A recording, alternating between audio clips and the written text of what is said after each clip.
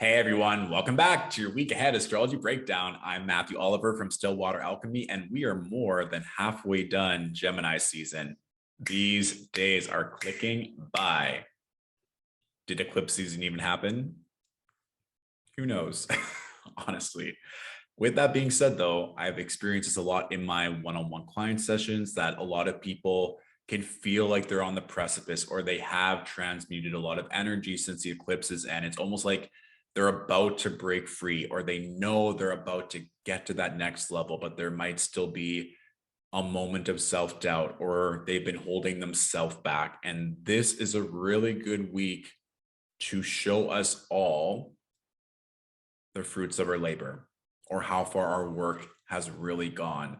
Because sometimes too, it's kind of like when you're at the gym and you've been working really hard and eating healthy and you're not really seeing the results. And it's not until 2, 3, 4, 6, 8 weeks later that you look in the mirror and you're like, oh, actually, I can finally see the results. But every single day and week, I felt like there wasn't any progress, or I was really excited to see the end result. And here we are. That's how I sometimes feel about eclipse season, where the entire time it's going really fast, or that we're maybe not seeing something happen. But then once we have a moment to maybe slow down and identify it, then it becomes very clear. Or we have those conversations and on all the work around our self-worth is very prevalent, or we put forth a boundary and we are much happier. This is the week to really showcase all of that, and any final tweaks that we need, this is the time to do it, okay? So let's jump in and explore everything for the week ahead. So we're starting on Monday, June 6th, 9 a.m. Eastern Standard Time. Also, shout out to Chris Corsini. It is his birthday today. So if you follow him on Instagram, give him some love. So we have the moon in Virgo making a trine to Venus in Taurus. And we also have here the moon and the sun, both in mutable signs ruled by Mercury. And Mercury is just coming out of its shadow phase. And so there can still be some maybe delays or you slowly getting back into things. And also too, potentially slowly identifying where you need some more boundaries or where things are not working and you want to tweak them a bit to work in your favor. So Mercury stationed direct on the 3rd of June, and then on the 4th of June, Saturn stationed retrograde. So this is a square that we're still dealing with that I want you to pay close attention to, especially in the houses that are ruled by Taurus and Aquarius and in these late degrees of fixed signs. So you might feel it more than if you don't have, let's say, late fixed signs in your chart. Regardless, this is just something to note, because even intuitively, when I look at strong earth energy, I always think of how can we ground ourselves in one of the more physical earth-like elements that we use on a day-to-day basis is food. And so this can also be a really strong time to maybe place better boundaries. And you're like, you know what, like I've always wanted to get my health right on track, or maybe I want to identify what foods are causing my stomach to not feel great, or I want to hire someone to help me and have that support in my fitness journey, or I want to seek out higher knowledge. There's definitely something here that is going to benefit you, especially on maybe a more Venusian sense of just feeling good, feeling great in your skin, maybe addressing your beauty, spending the time and energy to make more money. So it doesn't necessarily need to be from a health standpoint, it can just be work. And now you're exactly focused on what you need to do to get ahead. I also want to emphasize the energy of using Monday to get things ready, to clean things up. Let's say if you let things slide over the weekend and maybe your house, your office is a little bit disheveled, take Monday to get structured, clean everything up. Hello, Moon and Virgo. And also too, we'll see this on Tuesday, that there can be a risk of getting in our head and getting distracted. So setting yourself a to-do list, a goal list, goal mapping, whatever it may be. Maybe setting a reward at the end of the week for getting things done on a work front, on a personal front, whatever that may be. So you have a very clear vision and very clear structures on what you want to accomplish this week, okay? Because once we move to Tuesday, we're in a really great state. We're still having this moon-Venus trine in effect, but then we also have the moon making a trine to Uranus. So let's say we start off the week in one emotional state. We have certain conversations, we place certain boundaries, we get ourselves set up for success, and boom, now we're in a very high frequency. We're much happier. Our emotions shifted for the better. And like I said, there's also potential for our emotions to switch just like that because the moon is making that square to the sun. So if we get in our head, if we allow delusions or things that aren't even real, let's say on social media, get to us because the moon is now making that applied opposition to Neptune. That could also completely take us out of alignment or take us out of things that feel good. We do not want that, of course. And so using the tools from Monday, getting ourselves grounded, let's say maybe you have the meal prep or your fridge is full of food, you have all these things that are going to make you prosper. This is the energy that we want to play with. And I'd also like you to, like, as homework or an experiment, how you'd like to view it, having certain resources or tools that are going to help you shift your emotional state. Because a lot of people will say that, especially around, let's say, nighttime, where they distract themselves with their phone or they're not feeling super confident or they're just in a poor mental state. It's like, how can I shift myself? And a lot of times we want that dopamine hit. We want to go on social media. We want to use that as a way to shift our energy instead of, let's say, going for a walk, cleaning, having certain photos that bring us joy. For me, I love like certain YouTube videos that just make me laugh, or certain photos that also make me laugh or that make me sink into a place of gratitude. And also reverse engineering it so that if you always, let's say, are feeling low or in a tricky mental state, what were the actions or the lack of action that got you to that point? Was it not standing up for yourself? Was it staying up too late? Was it blank? So that we don't ever need to get to that point of being maybe rock bottom or really distressed. And if we are there, then maybe we have certain things, or we know that we can call a loved one, or that we can reach for our favorite food or our favorite TV show, and it can just tweak us. And kind of going back to Monday and setting yourself up for success, or investing into making yourself feel better. And that's just not from a pleasure state, but just really having, let's say, a therapist or a coach or a personal trainer or someone that you are now spending money onto, right? Taurus, money, finances, to then give you the structure and the resources to better your life. And we've been talking about that structure, restructuring boundaries with Mercury square Saturn. So this is also using that self-care notion in a way of doing things that maybe feel uncomfortable, or investing a certain amount of money to better yourself in the long run, and not getting in your head about all the reasons not to, or delaying action. This is where you want to take affirmative action to move things in your favor. Okay. And this would also be a day. There's usually one day a week where I'm like, just be careful of social media. This would be Tuesday, with moon making that applied opposition to Neptune, moon square the sun. Don't allow other people's opinions or even your own opinions take you out of that place of feeling good. Okay. Good. Late Tuesday going into Wednesday, the moon would be making these trines to the North Node, to Mercury. We also have this grand Earth trine with Mercury, the moon, and Pluto retrograde in Capricorn. For me, this could be something that you've been working on since eclipse season, because remember, Mercury was in these late degrees of Taurus at the end of April when we were approaching that new moon solar eclipse in Taurus. So let's say you've been working on something big, a huge project, potentially even correspondence, commerce, a business deal. This could be an event where that all comes through. Or if you were experiencing delays of any kind during Mercury's retrograde, this might be the time where everything finally comes through, and now you have to take the next step because you got the information, or you got the contract, or you got the gig, and now you need to organize everything. And you're so grateful that you took Monday and Tuesday to set yourself up for success, because now you need to focus all your energy and time for this next step, for the next opportunity. So a lot is probably going to shift and take place on Wednesday. And also too, depending on your time zone, the moon moving into Libra a couple hours later, we're going to feel quite a stark shift. So take Monday, Tuesday, Wednesday to take full advantage of all this Earth energy in the cosmos. Get grounded, get the support that you need, because moving into Thursday, one more thing. I wanted to bring this up as well. Monday, Tuesday, with this Mercury square Saturn. Saturn can sometimes put a lot of pressure on us, sometimes in a good way, in terms of mastery, Sometimes it can work against us in the terms of work. You're not enough. You need to work harder. You need to gain more status, accomplishments, whatever it is.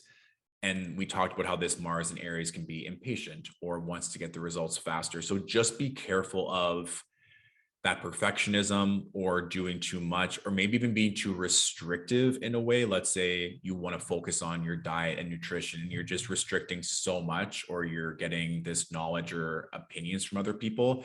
That could just be something where like yo-yo dieting or binge eating or being really hard on yourself and then shifting to a completely different emotional state because of that may flare up with these transits. So if you know that you're prone to that, to just be mindful that we are being gentle with ourselves as we're implementing these changes, especially on Monday, Tuesday, okay?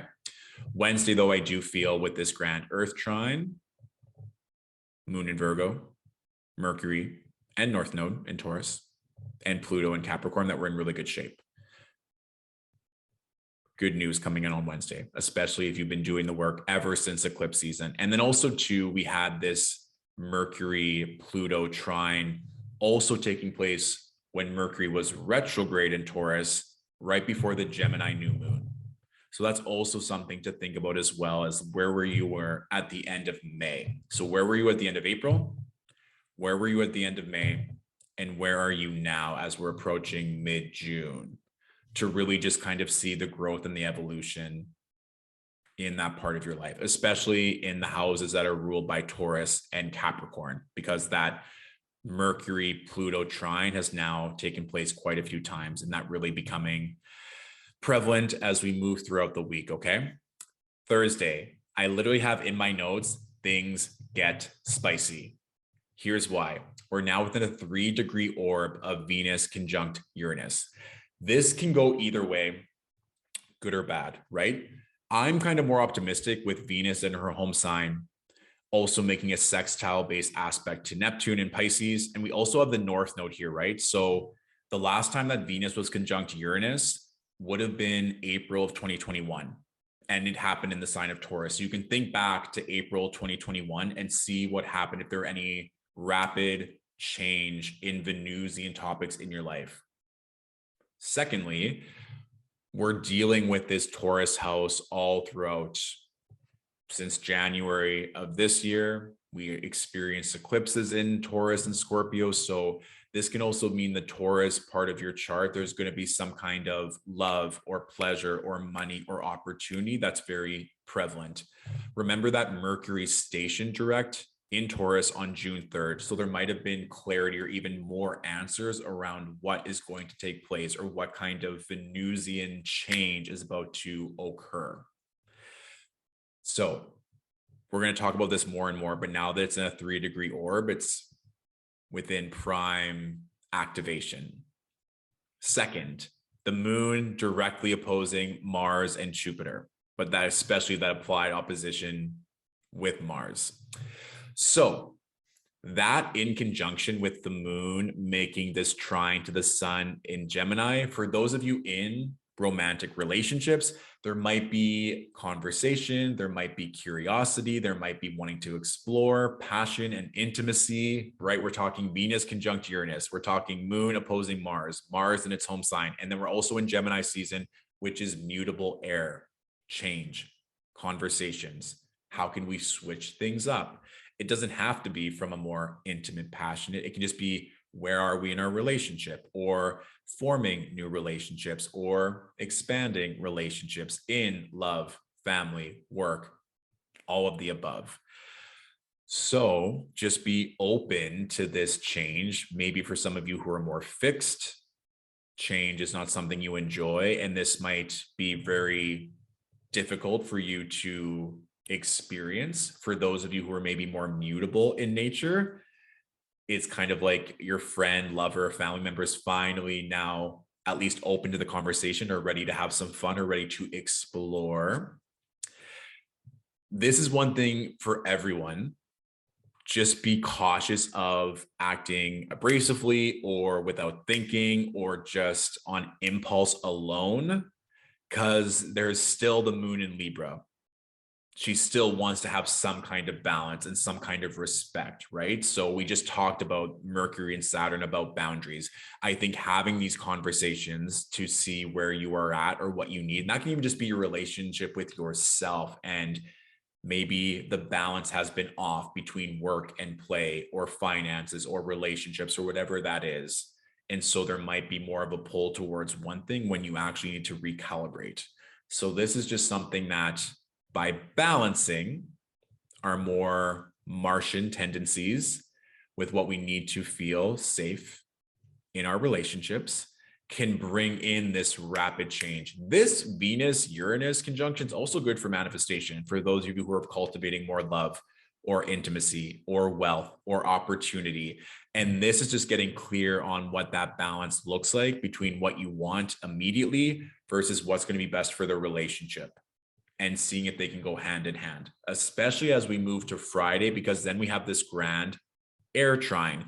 So Wednesday, we had a grand Earth trine. Now we have a grand air trine with the moon in Libra, sun in Gemini, and Saturn in Aquarius. So again, this, I think, coming to terms with our beliefs, with our words, with these conversations, having very clear boundaries, knowing what work needs to be done, knowing the respect that is ensuing, can allow for this passion, this intimacy, this quick change to occur.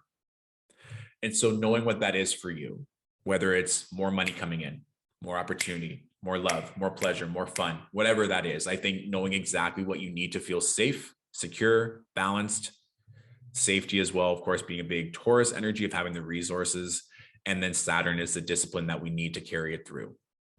And there is obviously an element, especially with Saturn in Aquarius, moon in Libra, of making sure that we're not just purely thinking about ourselves, that let's say we're calling in love, that if we're wanting someone who's like a supermodel and a millionaire, it's like, okay, well, how do we need to show up to attract a supermodel and a millionaire? Or if we want someone who's extremely emotionally available, are we emotionally available to attract someone of that caliber, right? So these are kind of those conversations that we're either going to be having with someone or with ourselves to bring in the passion and the quick change.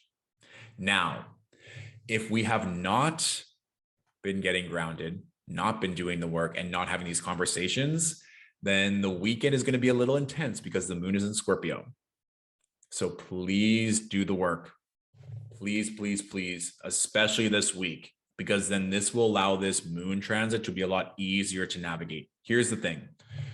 The moon is in her fall in Scorpio. There can be a lot of holding on to difficult or challenging emotions when the moon is in Scorpio, or that these emotions are going to come to the surface and we have to process them. There's no more shoving it down. There's no more ignoring it. So these fears, these doubts, these insecurities, these traumas can come up whenever we have the moon in Scorpio in play. For those with moon in Scorpio in their natal chart, they probably also feel this intensely their entire life, or that they're not here for small talk, they're not here for pleasantries. They can tell when people are not being authentic or truthful, which can then make them feel a certain type of way. They're like, who can I trust, or who can I open myself up to and share these emotions with, knowing that they're not going to run away or that I'm not going to be too much. So when we have this Scorpio moon in transit, everyone is feeling the emotions no matter what. That in conjunction with the moon now opposing the exact Venus-Uranus conjunction, this can be a beautiful opportunity for breakthrough, for realizing everything that we've ever wanted and it coming to us. And maybe even feeling overwhelming. That's like, everything I've ever wanted is here. How can I now process this? On the other side, it can be feeling lonely or isolated or insecure about our beauty, our worth, our relationship status. Remember that Scorpio is traditionally ruled by Mars. So this is a Martian moon phase, and now Mars is conjunct Chiron, the wounded healer. And this can also be, like we've been talking about throughout this breakdown, in terms of maybe being frustrated with lack of results, lack of progress, maybe feeling that perfectionism creeping in, or that we're not receiving the passion, the intimacy, the love that we know we deserve. And so that can be really amplified with this energy, where maybe you hear about all your friends in relationships, or a family member got a huge raise and you're like, what am I doing wrong? Why is this not happening for me? Remember, when you hear about these beautiful blessings happening to other people, especially if they're really close in your life, that means that's that much closer to you. Second of all, we don't want to be in that maybe victimhood mentality or woe is me. We want to be able to transmute this energy and understand the patterns and the conditioning that have gotten us to this point, and knowing in true Scorpio fashion that we can use this as fuel to better ourselves. And then third of all, like I said, if you've been doing the work all week and all season and your entire life, this will be a lot easier to navigate. And also too, potentially, like I said, and that's kind of what I'm feeling intuitively, it could just be a lot where it's like, this is everything I've wanted. Or you might be the bystander of other people's breakdowns or not being able to cope. So that's also too, like we've been talking about the entire time, boundaries. We literally have now Mercury at 28 degrees, making that exact trine to Pluto. So breakdowns and breakthroughs for yourself and others, you in conjunction to others, or you holding space for other people. So there's a lot of ways that this can manifest.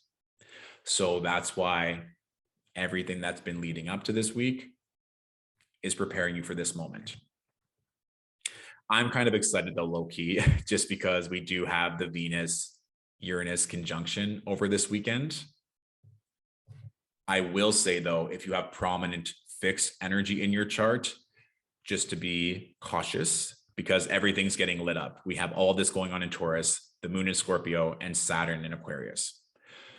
So major activations. And Sunday, this is even more evident because now the moon is conjunct the south node. The moon is opposing Mercury, and we're still within this 1 degree orb of Venus and Uranus. So it might be the aftermath, or you now feeling all of the feels or holding space for someone else and knowing what the next step is intuitively as well. If it's a parent figure, if it's someone that is your main source of nurturing or nourishment, whether that be a partner, a loved one, whomever that may be, and you are foregoing having a conversation, this is a time where I want you to have that conversation, to not put it off, to not create false narratives of they're probably thinking this or that. Sometimes Scorpio can get in their head and emotionally feel betrayed or feel hurt about something that may or may not be real. And we're in Gemini season, which can have a million different thoughts happening at once. Remember that Gemini is mutable air and Scorpio is fixed water. So we have this fixed emotional state, potentially based off a belief or an idea that's not even real. The good thing is the moon is making this trine to Neptune here, which is kind of nice for the emotional or spiritual healing that can take place with a conversation. With the moon making that conjunction to the south node, it can also represent letting go of a fear or trauma or energy that's not serving you. Remember, Mercury trine Pluto, moon opposing Mercury, moon conjunct south node. So all the work that you're doing to release these shadow aspects, to release these doubts and fears, to bring you into greater alignment when we're approaching this Venus North Node conjunction, to bring in the love, the money, the pleasure that you know you deserve. And one last time, if there's a conversation that you want to have with a loved one, or specifically a feminine energy, it could be a mother, a sister, or someone that just really embodies the feminine, with the moon in aspect to Venus and in aspect to the South Node and the North Node, there could just be that kind of heart to heart that you've been meaning to have, or to express how you truly feel, to bring the relationship closer together, so that part of you or that part of the relationship can go through a death and rebirth, which is also very on theme for Scorpio. And that would help, especially with this moon Neptune energy. And sometimes, whether it's going into negotiations or an interview or an important meeting where we're bearing our heart and soul, we can sometimes feel like we have to defend ourselves, or that we have to be so prepared because of what the other person may say, or because they might push back or not understand us. With a moon Neptune energy, it's really calling on our spiritual tools, knowing how we can shift our mindset to create new paradigms, allowing this to be easy. So even in the past, if these conversations were difficult, for maybe standing up for yourself or expressing your emotions, that doesn't have to be how it is moving forward. When you want to have that intimate conversation with a partner, or to renegotiate boundaries, or how you can bring in more pleasure into the relationship, you don't have to feel overwhelmed. That maybe every conversation moving forward can be easy. and where both people win, right? Mercury, trine Pluto. Mercury is about to go into Gemini, one of its favorite signs. So we're really just wrapping up a lot of cycles this week, getting clear, getting structured, getting organized, having those conversations, so then we can emotionally transmute and transform into a greater state. Because now we're just a couple days away from the full moon. So the moon is in this waxing gibbous phase. It's gaining light, it's gaining energy. So the weekend will be big. And it could be big in a very beautiful way, or it can be big in an emotionally turbulent way, with the Venus conjunct Uranus and the moon conjunct the south node, and the moon opposing Mercury, and Mercury making a trine to Pluto. So there's a lot going on, and we can see how Mercury is kind of in all of these different scenarios, and Mercury is the ruler of Gemini, and we're in Gemini season. So it really is just going to be a masterclass: how we think, how we speak, how we converse, how we negotiate, how we put into words our thoughts, and how we see that directly unfolding for us. Okay. Beautiful. So that is our week ahead. Of course, any questions or anything you'd like to discuss, let me know in the comments. For our Astro question of the week, I wanted to bring it up because I got a question from a previous video that I thought could be beneficial to share with everyone. So it says, is it possible that the astrology impacts some of us sooner than later? I have noticed many times when I watch astrologers' predictions for the week that they will be describing what happened to me the week before or a few days earlier. I did an experiment to get my eye out to see that if it was just a coincidence, but it keeps happening. Also, I had birth chart reading done and the same thing happened. One time they even gave me an annual prediction, and the entire prediction for the whole year played out in about 1 month. Again, I waited and observed throughout the year, but none of the predictions occurred aside from the 1 month, which was like directly after I had the reading.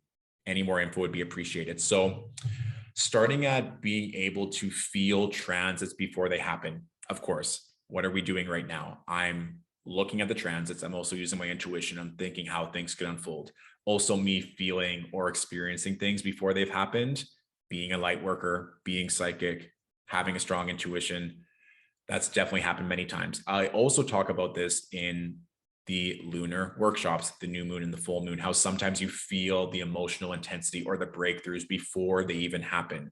And a lot of times, those of us who are light workers, whether you do it professionally or you just consider yourself a light worker and a light in your community, you will need to receive those downloads so you can process and integrate it for yourself, so that when the rest of the collective experiences, you can hold space for them accordingly.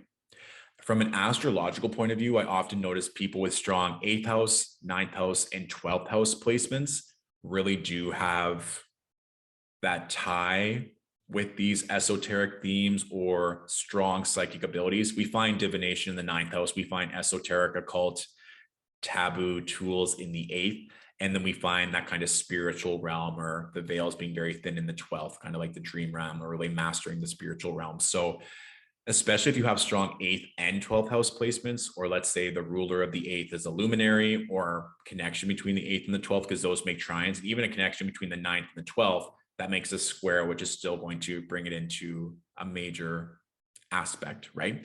So these are just things to note if you want to look at your chart. And if you feel that you have that kind of predictive quality, that you'll feel things before they happen, whether it be from an astrological point of view or just having that sixth sense, kind of like, I know that so-and-so is going to message me today, and then they message you. Of course, that can also play into the astrology. The last part of that comment with regards to annual perfections, I obviously can't speak to how other astrologers perform their readings, but with annual perfections being a timing technique, you will experience the main theme of that annual perfection in the first month. So for example, let's say you are 27.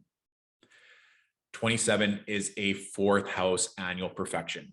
So the first month of your 27th year, not January 1st, but let's say you turn 27 on June 1st.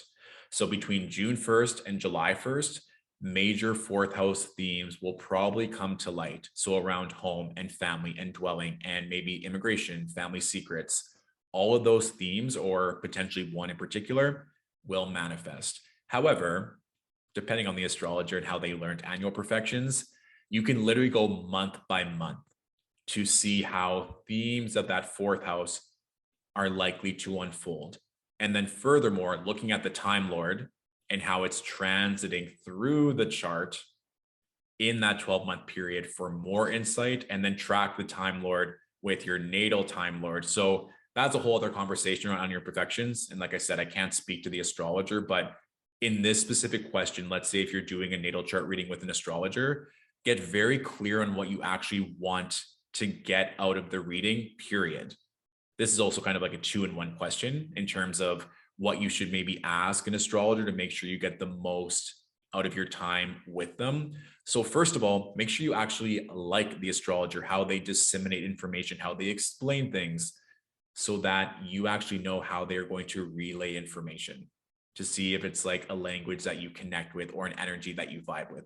Second of all, before you book the reading, ask, I want to really look at this part of my chart, and I've had readings before, and I want to look at this and this and that, to make sure the astrologer actually knows and is proficient in that. Because it's not even me being shady. Certain astrologers will just specialize in one aspect of astrology, like horary, or they're going to do natal, or they're going to do solar returns, or they're going to do whatever it is. So if you really want to do one part of astrology that you've heard of in someone else's content, that astrologer might not specialize in that. They may know someone who does, but you ask them, it's like, I want to do an annual perfection. I want to see how love is going to manifest this year.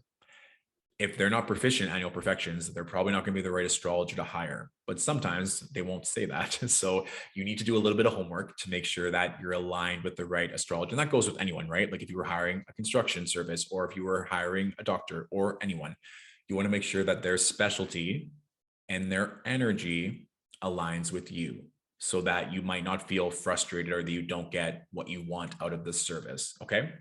So summarize, yes, it's very much possible to feel energies before they happen in general, having that psychic intuitive sense, or from an astrological sense. We also feel this, and I feel like the most during full moons or new moons, where you feel like something is coming, or you're working through something, and it just becomes that much more clear for everyone else in your life during the lunation itself. And then with, let's say, annual perfections or hiring an astrologer, be sure that you connect with that astrologer, read their content, read their blogs, look at their video content, whether that be on Instagram, TikTok, YouTube, all the above, to make sure that it's very clear you resonate with them. And then before you book, make sure that what you want to receive out of the reading is something that they know how to do, so that you may not feel disappointed or like, I keep getting the same result. And even a little bit with this question as well, sometimes if we always feel it's like, no matter what, I always just feel this energy beforehand, I'm not getting any additional insight, we can sometimes be blocking ourselves out to new additional information that's trying to come through, because it's like, okay, check, I already knew this is going to happen, I'm good.